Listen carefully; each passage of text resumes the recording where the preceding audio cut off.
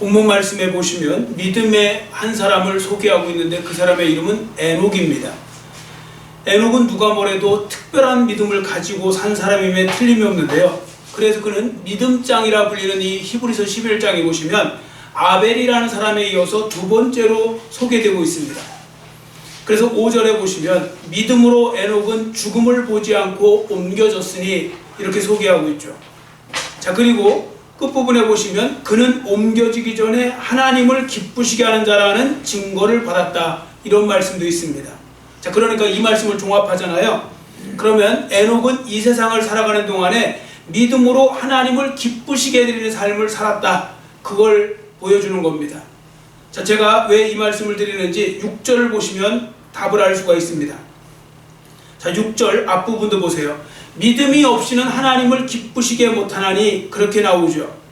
자, 그런데 하나님을 에녹이 기쁘시게 했다고 했잖아요. 그리고 그 다음 절에 믿음으로 하지 않고는 하나님을 기쁘시게 못한다고 했으니까 에녹이 하나님을 기쁘시게 한 건 그가 믿음으로 살았다는 이야기고, 에녹이 믿음으로 하나님을 기쁘시게 해드리는 삶을 살았다는 것을 분명하게 보여주는 겁니다. 여러분 기억하십시오. 여러분이 믿음 생활 잘 하시면 하나님을 기쁘시게 해드리는 겁니다. 그러나 다른 모든 일은 다 잘하는데 정작 믿음이 없잖아요. 믿음이 작잖아요. 하나님을 기쁘시게 해드릴 수 없는 것입니다. 그러므로 예수님을 믿는 여러분과 제가 항상 명심해야 될 것은 하나님이 나를 바라보는 관점과 세상이 나를 바라보는 관점이 크게 다르다는 걸 아셔야 됩니다. 이걸 기억하셔야 됩니다. 자, 이 말씀이 사실인지 에녹에 대해 직접 언급하고 있는 창세기 5장 말씀을 통해 확인해 보겠습니다. 창세기 5장에 보시면요, 아담의 후손들, 특히 그 아벨의 후손이죠, 믿음의 그 후손들을 기록한 내용이 나와요. 족보가 나옵니다. 자, 여기 보시면 아담이 셋을 낳고 800년을 지낸 후에 930세에 죽었다고 했습니다. 노아의 아버지 라멕이 노아를 낳은 후에 777세를 산 후에 죽었다고 했습니다. 그리고 마지막에 노아 이야기하면서 이제 그 다음에 6장부터는 노아 홍수 이야기가 나옵니다. 자, 그런데 지금 드린 말씀과 같이 창세기 5장에 보시면요, 아담부터 라멕까지 족보가 쭉 나오잖아요. 근데 동일한 패턴이 하나 기록되어 있어요. 동일한 패턴으로, 어떤 사이클이 동일한 패턴으로 기록되어 있는데 보세요. 누가 누구를 낳고 얼마를 살다가 죽었더라, 이 이야기예요. 계속 반복해서 나옵니다. 누가 누구를 낳고 몇 살까지 살다 죽었더라. 이게 창세기 5장의 전체 내용의 말씀인데요. 유일하게 한 사람만 예외가 돼요. 그 사람이 바로 에녹입니다. 자, 뭐라고 에녹에 대해서만 특별하게 기록하고 있는지 앞에 보시고 창세기 5장 24절 같이 읽습니다. 에녹이 하나님과 동행하더니 하나님이 그를 데려가심으로 세상에 있지 아니하였더라. 아멘. 여기 보시면 에녹이 다른 사람들과 다른 점을 보여주는 독특성을 하나 발견할 수 있는데, 그는 하나님과 동행하는 삶을 살았대요. 그럼 이 말씀의 영적 메시지는 무엇인가 하면, 하나님께서 에녹이 하나님과 동행하는 모습을 특별하게 여겨주셨다, 그걸 특별하게 보셨다, 그 말씀입니다. 그래서 제가 조금 전에 말씀드렸죠. 하나님이 보시는 눈과 하나님이 보시는 눈과 세상 사람들이 여러분을 보시는 눈은 다를 수 있다는 거, 얼마든지. 자, 한번 생각해 보세요. 에녹이 살던 시대에도 왕이 있었을 수 있죠. 족장이 있을 수도 있고, 부자가 있을 수도 있고, 권력을 가진 사람이 있을 수도 있고, 잘 배운 사람도 있을 수 있고, 인기가 높은 사람이 있을 수도 있겠죠. 요즘 말로 하면 스펙이나 명망이 뛰어난 사람도 수없이 많았을 것입니다. 그럼 그 당시에 사람들은 누구한테 집중해요? 이런 사람들한테 집중합니다. 지위가 높은 사람, 인기 있는 사람, 유명한 사람, 부자, 이런 사람들에 대해서 굉장히 사람들은 어떻게 보면 거기다가 마음을 두고 그런 사람들을 부러워하기도 하고, 또 그런 사람들을 따라서 나도 저렇게 살아봐야 되겠다, 그런 도전을 받기도 하고 그러죠. 자, 그런데 본문을 보세요. 하나님은 그러한 사람들이 특별하다고 말씀을 하지 않으세요. 우리 속담에 호랑이는 죽어 가죽을 남기고 사람은 죽어서 이름을 남긴다고 했는데, 여러분 아셔야 될 건 하나님 앞에서 관심을 받지 못하면 아무 소용도 없는 겁니다. 아무리 유명해져도, 아무리 대단한 삶을 살아도요, 그 사람이 하나님 앞에 관심을 끌지 못한다면 그 사람은 그저 불쌍한 사람인 것 뿐이죠. 이런 그 속담은 어디까지나 사람들에 의해서 관심이 끌려지는 것이지 하나님에게 중요한 것은 아닌 것입니다. 자, 그러면 우리 하나님은 사람들을 보실 때 무엇을 귀하게 보실까요? 본문에 나오는 것처럼 에녹과 같이 하나님과 평상시에 하나님께 관심을 두고 동행하는 사람을, 하나님과 동행하는 사람을 하나님은 특별히 보신다는 겁니다. 그렇습니다. 하나님은 하나님과 동행하는 사람을 특별하게 보실 뿐 아니라 관심도 갖고 계십니다. 자, 실제로 에녹의 삶을 보실까요? 여러분, 창세기 5장 24절에 그렇게 나오지만 잘 보세요. 세상적 기준으로 보면 에녹이 뛰어난 사람은 아니었을 것입니다. 그저 수많은 사람 중에 한 사람? 평범한 삶을 산 사람? 뭐 에녹이 뭘 했다는 이야기가 없잖아요. 무슨 업적 나는 거 없어요. 무슨 에녹이 뭐 대단한 일을 했다는 그런 말씀이 아예 없어요. 그냥 뭐 했는지 아세요? 에녹은 살다가, 자식 낳고 살다가 죽었더라. 근데 거기에 독특성이 하나가 하나님과 동행하다 살다 죽었더라. 하나님과 동행하고 살다가 죽었더라도 아니에요. 하나님이 데려가셨더라. 이렇게까지 표현해요. 자, 그러니까 하나님께 그런데 주목을 받았거든요. 왜 주목을 받았느냐? 그의 평범한 삶을 주목받은 게 아니고 평범한 일상생활 속에서 하나님과 동행한 걸 주목해 보신 거예요. 그러니까 여러분, 나는 머리가 나빠서요, 타고난 뭐 집안이 안 좋아서요, 뭐 이런 거 말할 필요 없어요. 여러분들도 얼마든지 하나님의 주목을 끌 수 있어요. 어떻게 하면요? 하나님과 동행하시면. 그 말씀을 하고 있는 것입니다. 창세기 5장은 그걸 분명히 보여줍니다. 자, 그러니까 이제부터라도 여러분들 사람들이 아니라 하나님이 주목해 보시는 그런 인생을 살아가시기를 축원합니다. 그것이 바로 하나님과 동행하는 삶이 되는 것입니다. 여러분 보세요. 지금 말씀드린 대로 나의 삶이 세상적으로 볼 때 아무것도 아닌 것처럼 보이고 때로는 초라하게 보일 수 있고요. 그래서 기죽어 사는 분들도 많고 그래요. 근데 하나님과 동행하는 순간 세상 사람들은 나를 값어치 없게 볼 수 있어도 하나님은 나를 귀하게 보신다는 것. 내가 어떤 모양으로 어떤 형편에 있든 나는 하나님과 동행할 때 하나님은 나에게 지대한 관심을 갖고 계시다는 것, 그렇게 보고 계시다는 걸 아셔야 됩니다. 그러므로 예수님을 믿는 우리 한 사람 한 사람이 이런 믿음을 가지고 살아가는 건 너무나 중요한 거죠. 여러분 나중에 보시면 알아요. 이건 제가 100번 말씀드려도 소용없는 것이 직접 경험해 보시면 알아요. 여러분들 죽었다가 죽는 순간에 끄트러지실 것 같지만 죽는 순간에 다시 눈이 띄어지게 될 거거든요. 그때 거기가 하나님 앞일 거예요. 그랬을 때 거기서 여러분들 하나님이 보실 때 하나님 앞에 인정받는 사람하고 하나님이 나는 너를 모르겠다고 하는 분하고는 전혀 다를 겁니다. 예수님께서 그러잖아요. 나를 떠나가라. 내가 너희를 도무지 알지 못하겠노라. 이렇게 듣는 대상이 생겨나잖아요. 여러분 하나님이 인정하는 분, 인정하는 삶을 살아가는 건 중요한데 그러려면 하나님과 동행하셔야 됩니다. 자, 그리고 하나님과 동행하면 하나님을 기쁘시게 될 뿐 아니라 또 하나는 우리 편에서도요, 동행하는 삶이 가장 아름다운 삶, 의미 있는 삶, 복된 삶이 될 수 있습니다. 하나님과 동행해 보시면 그걸 아는 거예요. 무슨 말씀인지를. 그러니까 하나님과 동행하는 삶은 한쪽에서는 하나님을 기쁘시게 되는 삶이 되는 거고요. 다른 한쪽에서는 나에게 의미 있고 보람 있고 가장 복된 행복한 삶을 만들어 준다는 것입니다. 자, 이런 삶을 살았던 많은 분들이 있는데 그 중에 한 분을 제가 소개합니다.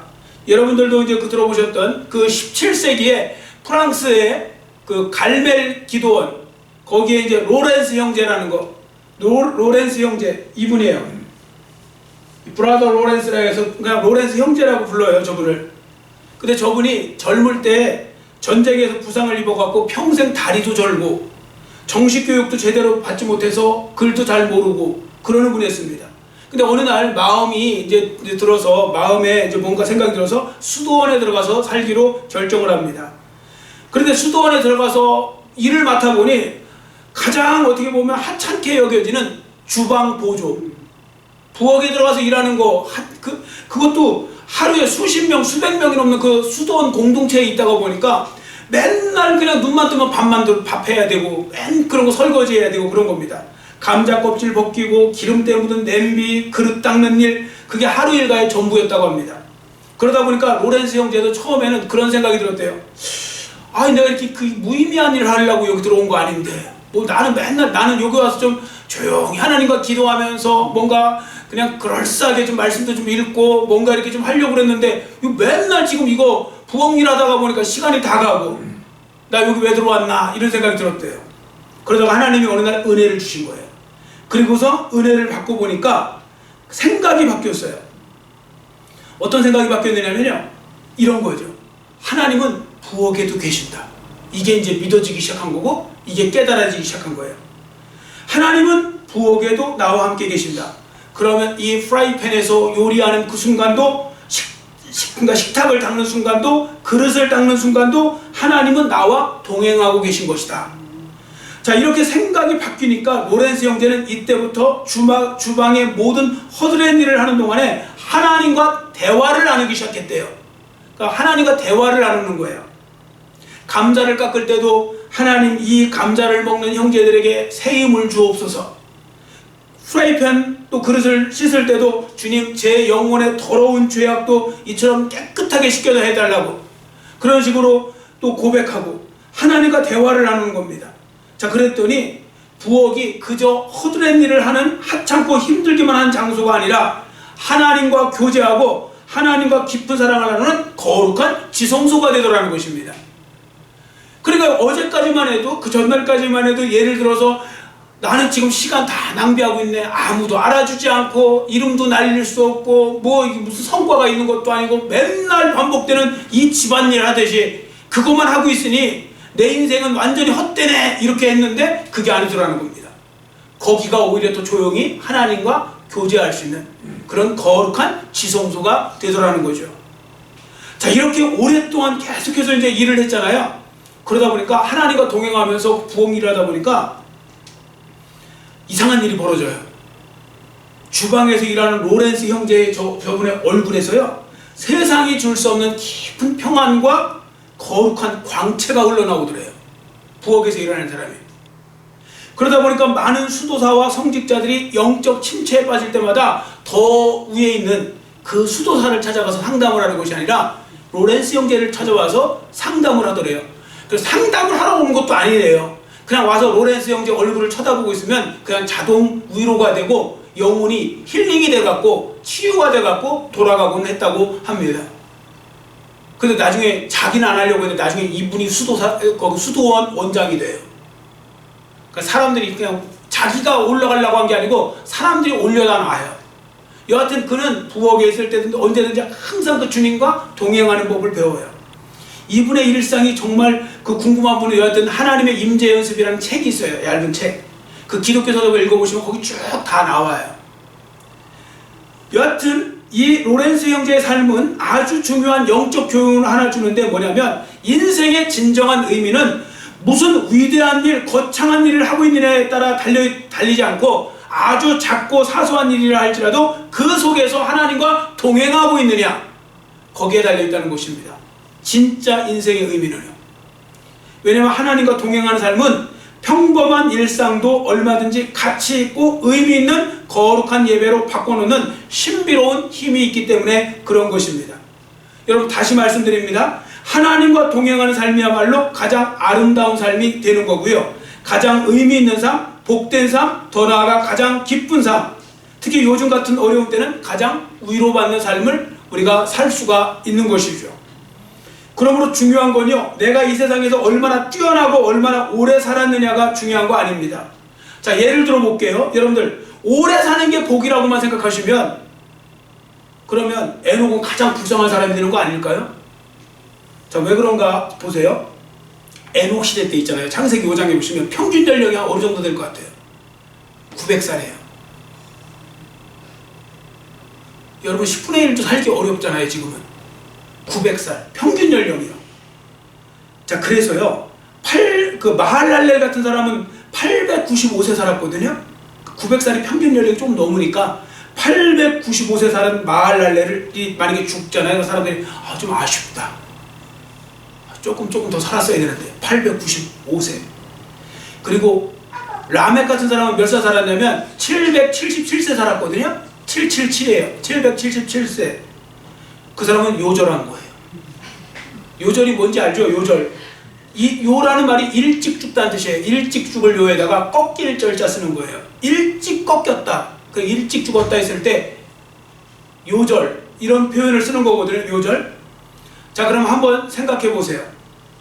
에녹은 이 세상을 몇 년 살았을까요? 에녹 365세 살았어요. 그러면 이건 30도 안 돼서 죽은 거랑 똑같아요. 30 뭐예요? 10살에 죽은 거랑 똑같아요. 그러면 아우, 이 에녹은 제일 불쌍한 사람이겠네요. 몇 살 살다가 죽고 아이 때 죽은 거랑 똑같으니까요.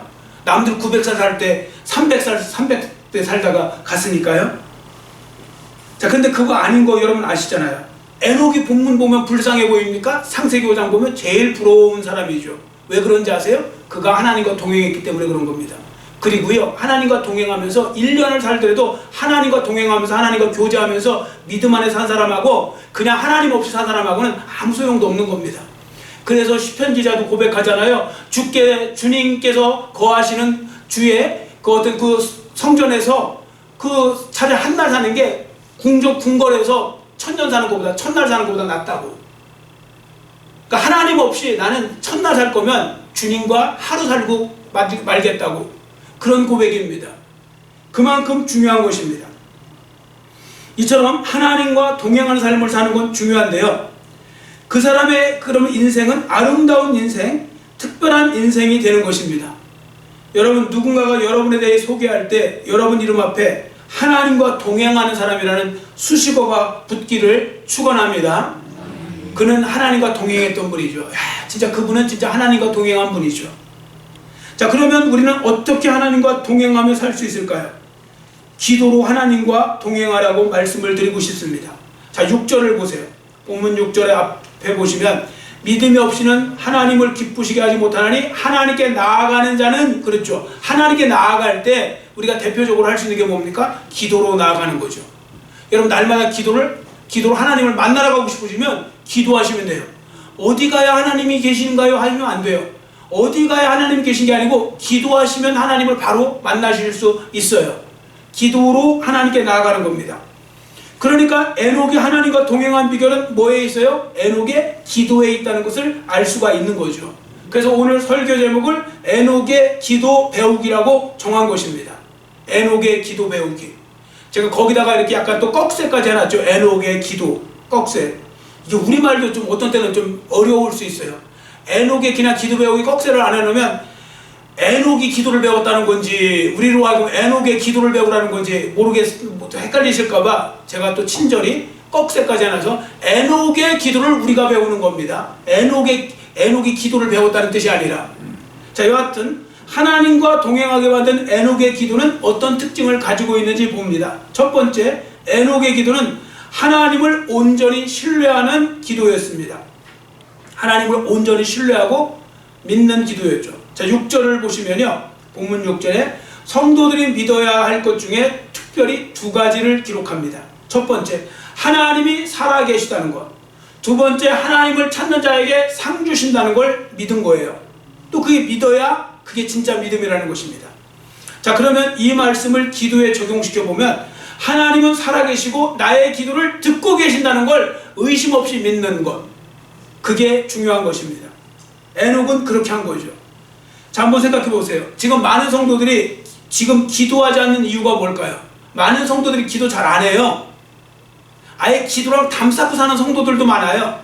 그래서 어떤 때는 그분들을 성도라고 불러야 될지도 잘 모르겠어요. 그냥 교인이라고 불러야 되나? 교회 멤버십 회원? 뭐 이렇게 불러야 되나? 뭐 이런 생각이 좀 들지만, 여러분, 왜 기도하지 않느냐 생각해 보면요, 믿음이 없어서 기도를 못 하는 거예요. 무슨 믿음이냐면 하나님이 안 계신 것 같은, 설령 계셔도 내 기도는 안 드시고 관심 없는 것처럼 만약에 생각되잖아요. 그러면 기도를 하기가 어려워요. 기도하는 시간이 힘들어요. 왜? 계시지도 않는 하나님 앞에 기도하는 건 뭐 정신병자도 아니고 뭐 벽 보고 계속 뭐 얘기하고 있어요? 그러니까 기도를 안 한다는 건 하나님이 그만큼 나한테 멀리 계시다는 거예요. 혹시라도 이런 부류에 속한 분들이 있다면 제 말씀을 꼭 기억하셔야 됩니다. 여러분과 저의 하나님은 살아계십니다. 살아계시고요, 그 하나님은 여러분과 저의 기도를 듣고 계시다는 것, 이걸 의심 없이 믿고 기도하는 것 중요해요.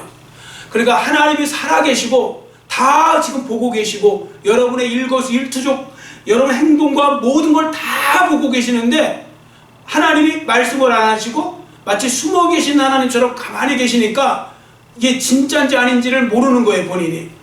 그래서 하나님은 믿음을 테스트하시는 거예요. 여러분, 그래서 우리가 믿음을 갖고 살아가는데 에녹처럼 의심 없는 믿음을 가져야지. 하나님이 살아계시고 나의 기도를 들으신다는 걸 의심 없이 믿어야 여러분들이 기도도 잘할 수 있는 것입니다. 자, 두 번째, 에녹의 기도는요, 하나님께 구체적으로 드리는 기도였다는 겁니다. 구체적으로 드리는 기도.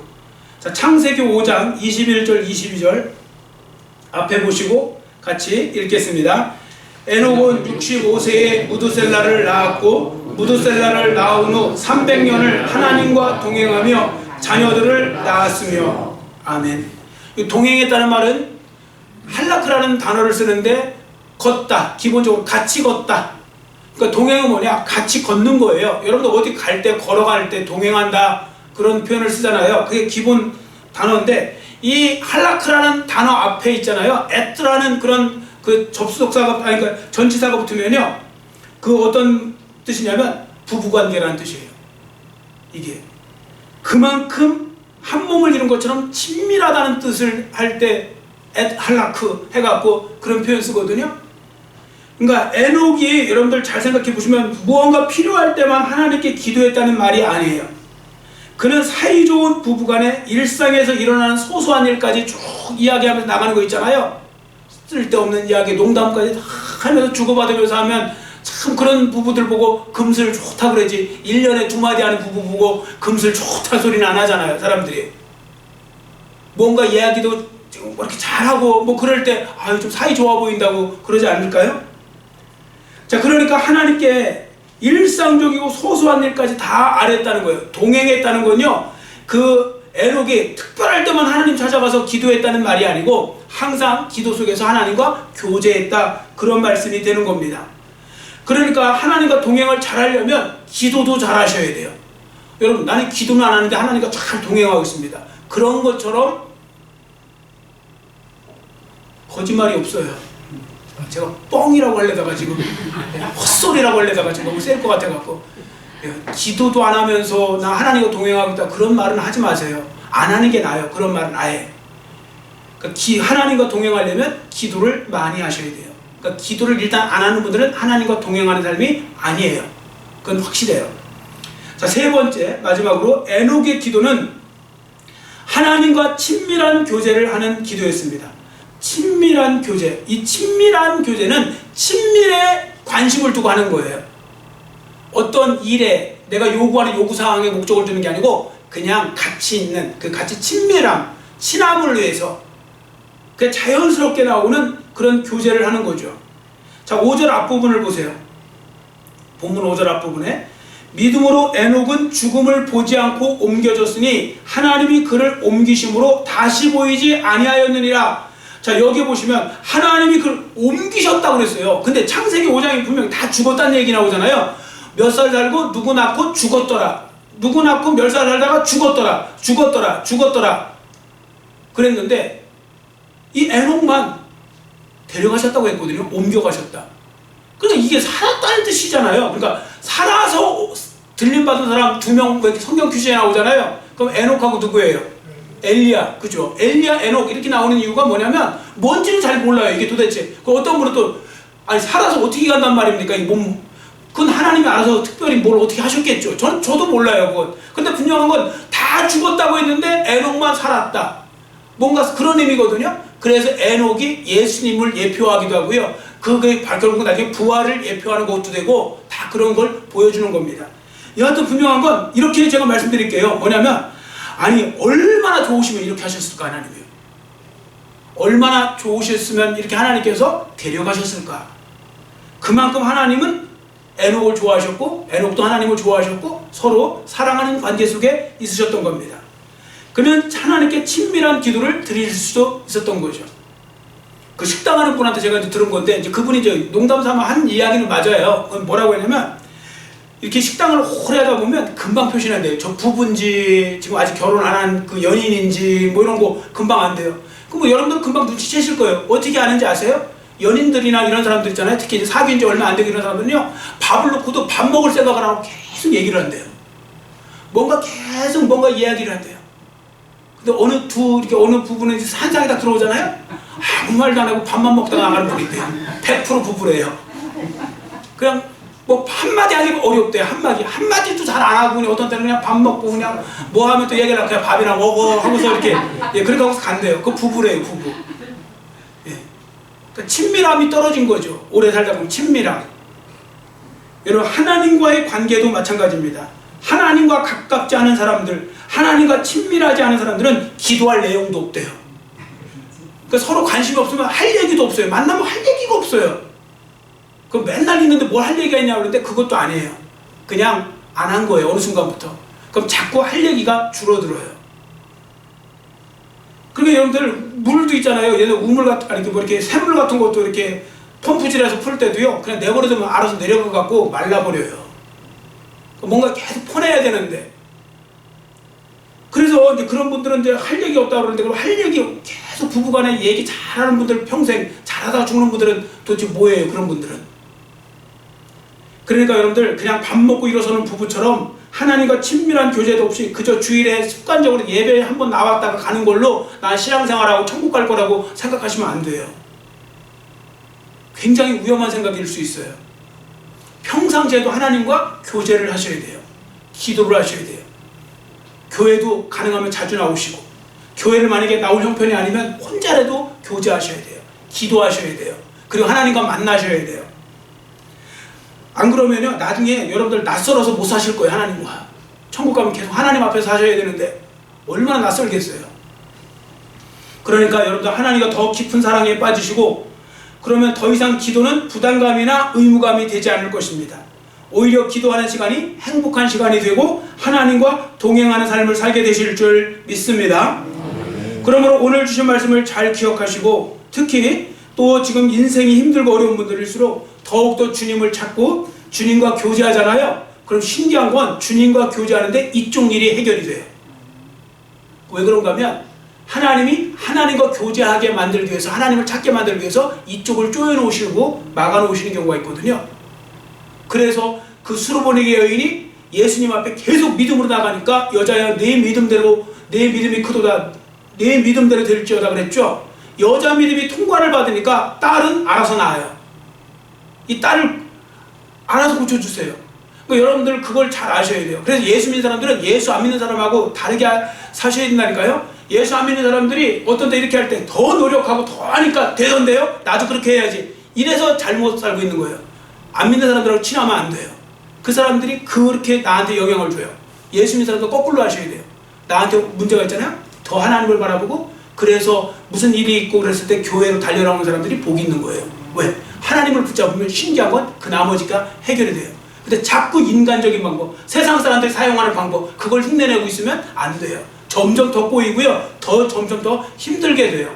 여하튼 여러분과 저의 삶이 주님을 더욱더 붙드시고, 그리고 에녹이 하나님과 동행한 것처럼 우리도 동행하면서 승리하는 삶을 살아가시기를 간절히 빌고 원합니다. 기도하겠습니다. 사랑의 하나님 아버지, 감사합니다. 오늘 에녹의 삶과 특히 에녹의 기도를 통하여서 우리가 어떻게 하나님과 동행할 수 있는지를 보았습니다. 세상 사람들은 세상적인 방법으로 그것을 대단한 것처럼 여기지만, 하나님의 사람들에게는 어떤 자리나 어떤 위치나 신분이나 이런 것이 아니라 하나님과 동행하고 있느냐 그렇지 못하느냐에 따라서 전혀 다른 결과가 생겨난다는 것을 말씀을 통해 보았습니다. 하나님 아버지, 에녹이 평범하게 살았지만 하나님 앞에는 특별한 자였습니다. 우리도 이 말씀을 잘 깨닫게 해주시고 기억하게 해주시고, 우리가 앞으로 더욱더 모든 일에 신앙생활보다 더 앞서는 것이 없게 해주시고, 신앙생활 위주로 때로는 우리가 덜 유명해지고 덜 부자가 되고 덜 많은 것을 갖더라도 우리가 더욱더 주님 안에서 하나님과 동행하는 일, 신앙생활하고 주님과 친밀한 교제를 하는 일, 또한 주님 앞에 기도하고 예배하는 모든 일에는 아버지 하나님, 우리가 조금도 양보하지 말고 더 힘을 낼 수 있게 하여 주시고, 그래서 하나님이 보실 때 진정한 하나님이 기뻐하신 자로 모두 세워질 수 있도록 은혜 베풀어 주시옵소서. 감사드리며 예수님의 이름으로 간절히 축복하며 기도드렸사옵나이다. 아멘.